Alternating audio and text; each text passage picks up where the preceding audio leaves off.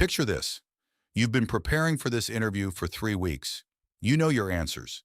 You practiced in the mirror. You even did a mock interview with your roommate.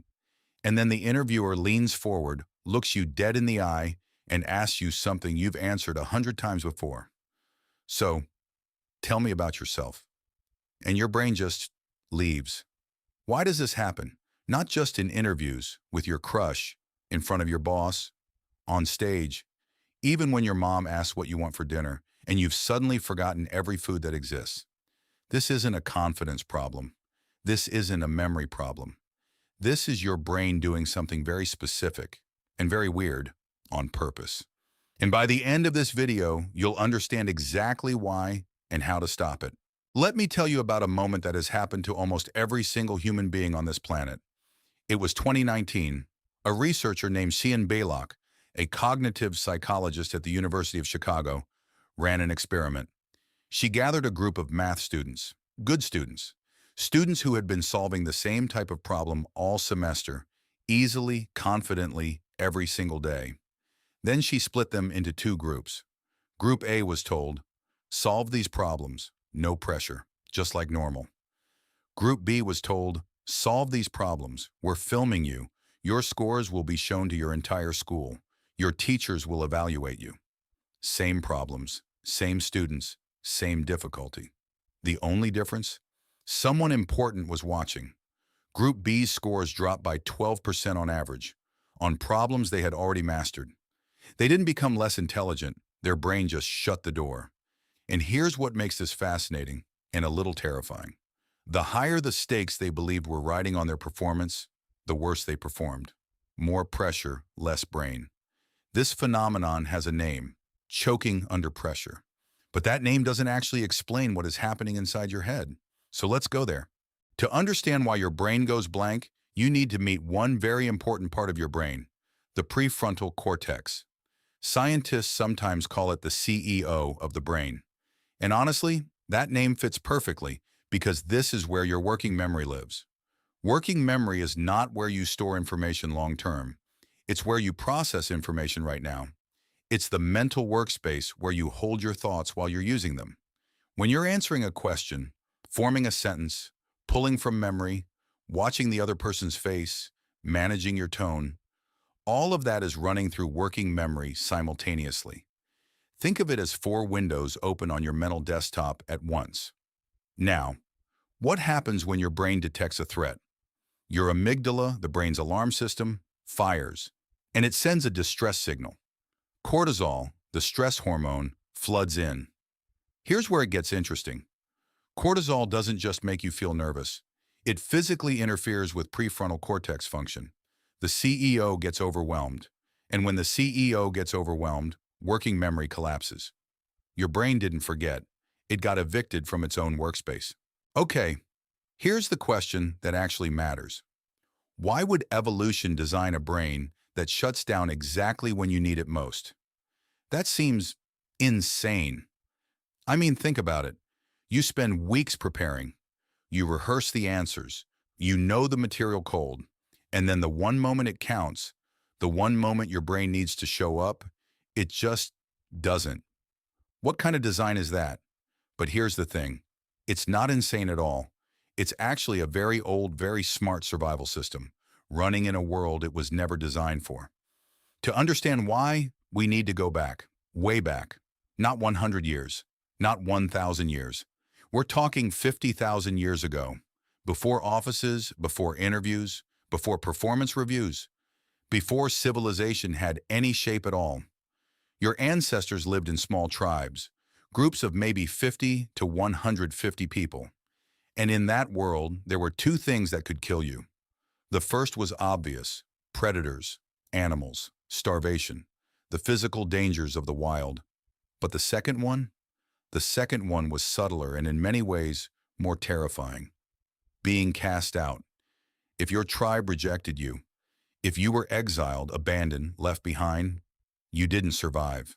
You couldn't hunt alone. You couldn't defend yourself alone. You couldn't raise children alone. The group was everything. The group was life. So your brain evolved over tens of thousands of years to treat social evaluation with the exact same urgency as physical danger. Not metaphorically, literally. When a predator was nearby, what was the single most dangerous thing you could do? Think. Deliberate, conscious thought takes time. You have to weigh options, consider consequences, run through scenarios, and time when a tiger is running at you is what gets you killed. So the brain learned to bypass thinking entirely. Detect threat, react, move, survive. And here's where it gets interesting. Your brain runs that same program today.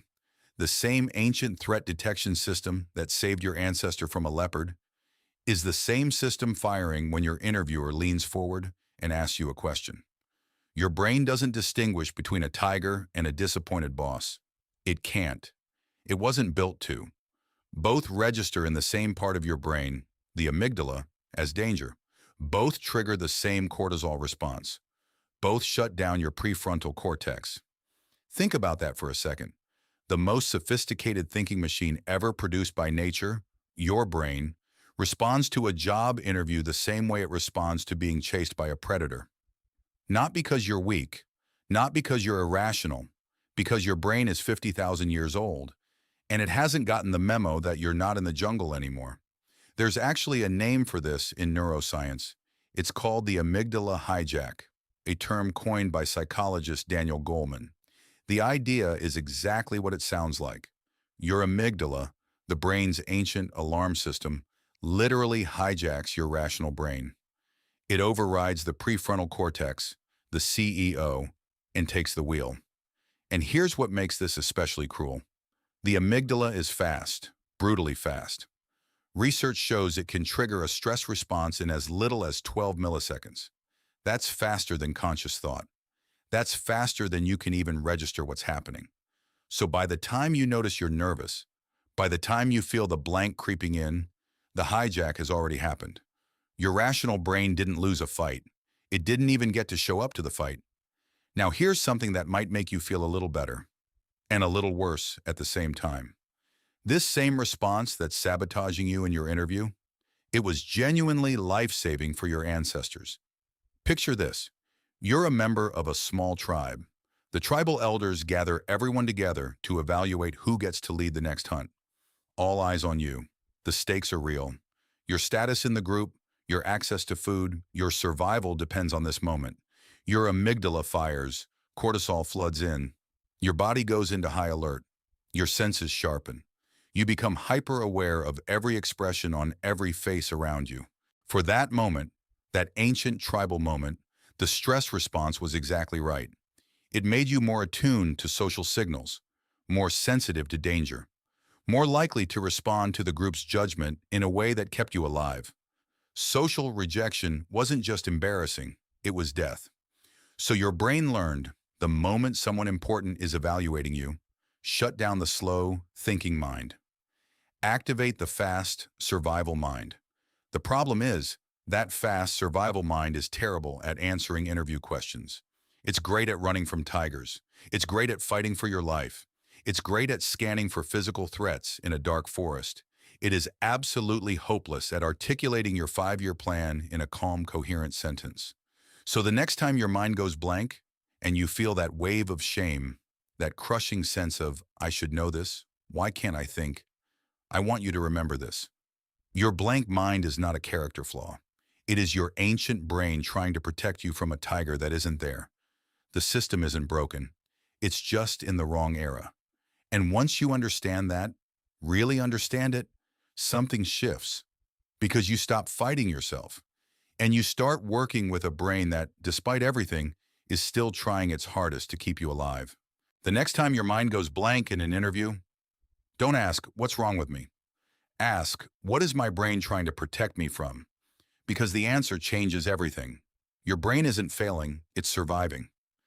In the next video, we're going one step further, because there's another hidden reason smart people freeze under pressure. And strangely enough, it's caused by trying too hard not to. If you found this video helpful, you'll probably enjoy what's coming next. Every video is designed to help you understand your brain a little better, so you can stop fighting yourself and start working with the way your mind actually works. So if that sounds like something you want more of, subscribe to the Attention Protocol and turn on notifications so you don't miss the next episode. Until then, protect your attention.